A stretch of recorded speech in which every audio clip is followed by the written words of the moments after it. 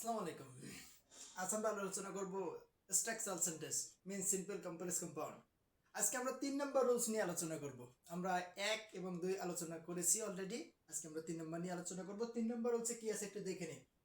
Simple সেন্টেন্সে infinitive means হচ্ছে to plus ভার্বের বেস ফর্ম। কমপ্লেক্স সেন্টেন্সে সো দ্যাট অথবা ইন অর্ডার দ্যাট। আর কম্পাউন্ড সেন্টেন্সে সো এখানে একটু নোট আছে। নোটটা আমরা যখন কম্পাউন্ড সেন্টেন্স করব তখন বুঝে নেব। আমাদের এখানে সিম্পল সেন্টেন্স দেওয়া আছে। এখন আমরা তো আমাদেরকে প্রথমে যখন কোশ্চেনে থাকবে তারপর আমাদেরকে ওই সেন্টেন্সটাকে বুঝে নিতে হবে যে কোন সেন্টেন্সে আছে। তো চিনতে গেলে বা বুঝতে গেলে আমাদের কিভাবে ট্রিক্স জানা লাগবে সেই ট্রিক্সটা আমরা একটু দেখি।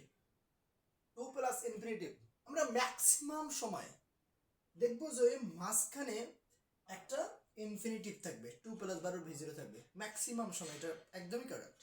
আমি যতগুলো বোর্ড কোশ্চেন দেখছি অ্যানালাইসিস করছি সবগুলোতেই ম্যাক্সিমাম সময় এরকম মাঝখানে পেয়েছি। তাহলে মাঝখানে এরকম ইনফিনিটিভ থাকবে, এটা দেখে বুঝে নেবো যে সিম্পল সেন্টেন্স। তখন আমরা এই রুলসে করব। ওকে, তাহলে আমাদের এখানে সিম্পল সেন্টেন্স দেওয়া আছে, দে came to help us.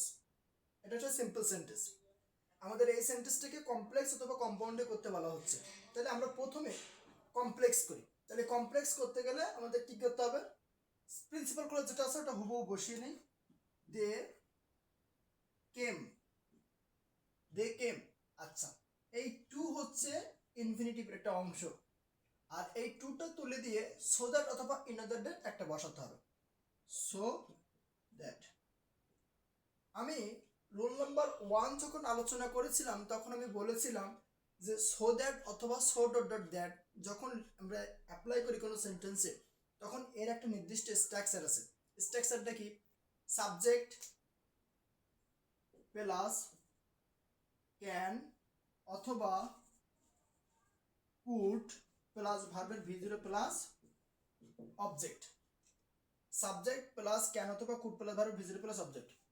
So dot dot that থাকলে এখানে নট হয়, আর সো দ্যাট একসাথে থাকলে নট হয় না। ওকে, আচ্ছা, তাহলে আমরা সূত্র অনুযায়ী অ্যাপ্লাই করি। তাহলে এখানে সাবজেক্ট, সাবজেক্টকে এখানে তো নাই, তাহলে প্রিন্সিপাল ক্লাসের সাবজেক্ট নিতে হবে দিয়ে। আচ্ছা, তারপর ক্যান নট অথবা ক্যান অথবা কুড, নট বসবে না, সরি, ক্যান অথবা কুড, ক্যান বসাবো না কুড বসাবো। প্রিন্সিপাল ক্লজে পার কোন টেন্সে আছে, এখানে কেম আছে, কেম কোন টেন্সে, ভি2 তে। কাম, কেম, কাম, কাম, কেম, কাম ভি2 তে আছে। অনেকের মনে প্রশ্ন থাকতে পারে যে স্যার এটা তো আর এটা একই। এটা যখন থাকবে তখন এরকম থাকবে যে হ্যাভ অথবা হ্যাজ অথবা হ্যাড কাম, আগে একটা হ্যাভ হ্যাজ হ্যাড থাকবে, তারপর এটা থাকবে। চিনে গেছি না? আর এটা সিম্পলই থাকবে। আচ্ছা, তাহলে কোন টেন্সে আছে ভাব, ভি2 তে আছে। তাহলে ভি2 তে থাকলে কি নিতে হয়, কুড, কুড। তাহলে they came so that they could. তারপর কি বলছে, verb base form, base form কি, হেল্প, হেল্প, হেল্প ইউ বসাবো। তারপরে আস, অবজেক্ট ছিল বসিয়ে দিলাম। তাহলে they came so that they could help us, হয়ে গেল। ওকে, তারপরে আমাদের বাকি আছে কম্পাউন্ড। আমরা এখান থেকেই আসবো, সিম্পল থেকে কম্পাউন্ডে আসবো। তাহলে আমাদের কি করতে হবে, প্রথমে একটু বুঝে নে কম্পাউন্ড করার সময় সো তো বসাবো এই টু এর পরিবর্তে অথবা সো দ্যাটের পরিবর্তে, এটা ঠিক।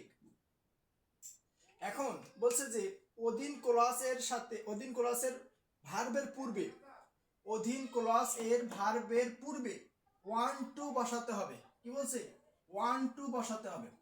অধীন ক্লজ, তাহলে এটা তো স্বাধীন ক্লজ আর এটা হচ্ছে অধীন ক্লজ।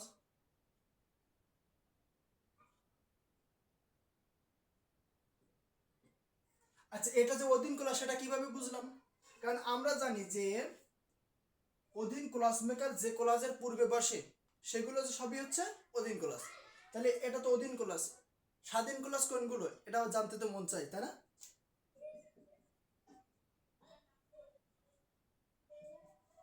ফর অ্যান্ড নর সো বাট ওয়ার ইট। শুধু স্বাধীন কনজাংশন। অ্যান্ড, ফর, নর, সো, বাট, অর, ইট, এগুলো বাদ দিয়ে বাকি যত কনজাংশন আছে সবই হচ্ছে অধীন, সবই হচ্ছে কি অধীন কনজাংশন। আচ্ছা, তাহলে এইগুলো যদি কোনো ক্লসে মাঝখানে বসে তার আগে পরে উভয় ক্লসই স্বাধীন হয়, যার কারণে কম্পাউন্ড সেন্টেন্সে দুইটা ক্লসই কিন্তু স্বাধীন, আর কমপ্লেক্স সেন্টেন্সে একটা স্বাধীন একটা অধীন। কারণ এই ক্লসগুলো যখন বসে তখন ওর পরে যে ক্লসটা বসে সেটা তো আপনা আপনি অধীন ক্লস হয়ে যায়। তার মানে এই ক্লস এইটি বসছে, এই ক্লসটা কি হয়ে গেছে, অধীন হয়ে গেছে। এখন আমাদের কাজ হচ্ছে যে এই অধীন ক্লসের ভার্বের পূর্বে ওয়ান টু বসানো। তাহলে আমরা প্রথমে অধীন ক্লসটাকে সামনে আনবো। এখন এখানে আরেকটু বোঝার আছে যে আমরা যখন কম্পাউন্ড সেন্টেন্স করি তখন আমাদের কাজের ধারাবাহিকতা বজায় রাখতে হয়। কাজের ধারাবাহিকতা কেমন, প্রথম যে কাজটা করতে হবে সেটা প্রথমে লিখতে হবে, তারপর যে কাজটা করতে হবে তারপর লিখতে হবে। আমি একটা এক্সাম্পল দিই। মনে করো যে তুমি ভাত খেয়েছো, তারপরে তুমি পড়ছো, তারপর তুমি ঘুমাই গেছো। তাহলে এখানে কাজের ধারাবাহিকতা কি ছিল, প্রথম ভাত খাওয়া, তারপর হচ্ছে পড়া, তারপর হচ্ছে ঘুমানো। এখন তুমি এই সেন্টেন্সের যে ধারাবাহিকতা বজায় রাখছো না, এটা কম্পাউন্ড সেন্টেন্সে তোমাকে রাখতে হবে। কিন্তু তুমি কমপ্লেক্স অথবা সিম্পলি এলোমেলো করতে পারো। তুমি পড়ছো ভাত খাওয়ার পরে, তুমি এটা আগে নিয়ে যেতে পারো, ঠিক আছে? তুমি আগে পরে কাজ এলোমেলো করে বসাইতে পারো। কিন্তু যখন কম্পাউন্ড সেন্টেন্সে যাবা তখন প্রথম কাজ তোমাকে প্রথমে লিখতে হবে, তারপরে যে কাজটা আছে সেই কাজটা তারপরে লিখতে হবে। মানে কাজ একটার পর একটা যেভাবে যেভাবে করছো ওই ধারাবাহিকতা বজায় রাখতে হবে। এখন তুমি চিন্তা করো, যখন আমরা কোনো কাজ শুরু করি, ওয়ান টু মানে চাওয়া, তা আমরা মন থেকে তো আগে চাই যে আমি এটা করব, তারপরে তো কাজটা করি। আগে চাই না মন থেকে? তাহলে মন থেকে চাওয়া তো আগে। সেজন্য এই ক্লাসটা আমরা ওয়ান টু যখন যুক্ত করবো তখন তো ওইটাই আসছে আমাদের আগে হয়ে যাচ্ছে, দেখেন ওইটা আমাদের আগে বসাতে হবে। তাহলে দে ওয়ান্ট। এখন আমরা এই ক্লাসের ভাব কিন্তু পাস্ট টেন্সে আছে, এই ক্লাস থেকে এই ক্লাস আসছে, তাহলে পাস্ট টেন্সে আছে। তাহলে এখানে ওয়ান্টেড বসাবো, wanted to.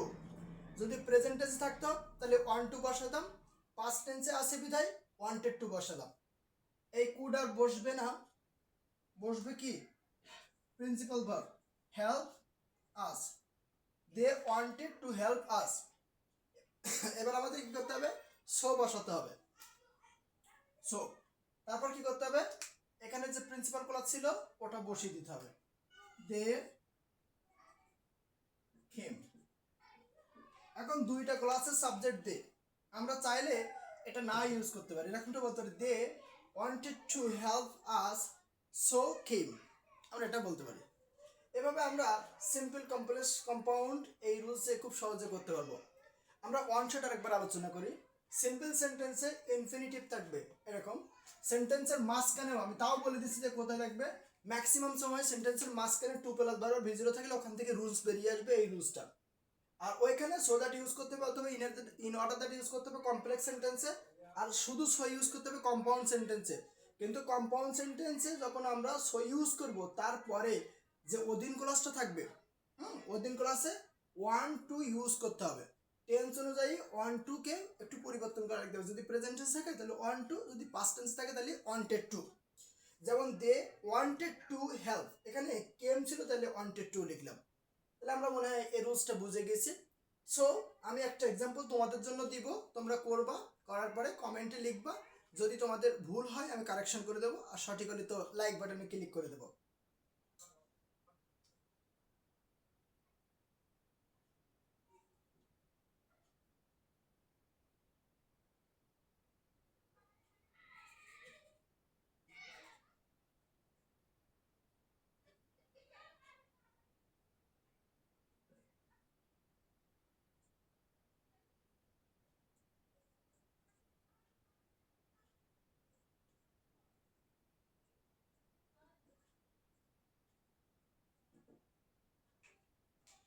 Rakib ওয়াসেস to take entertainments.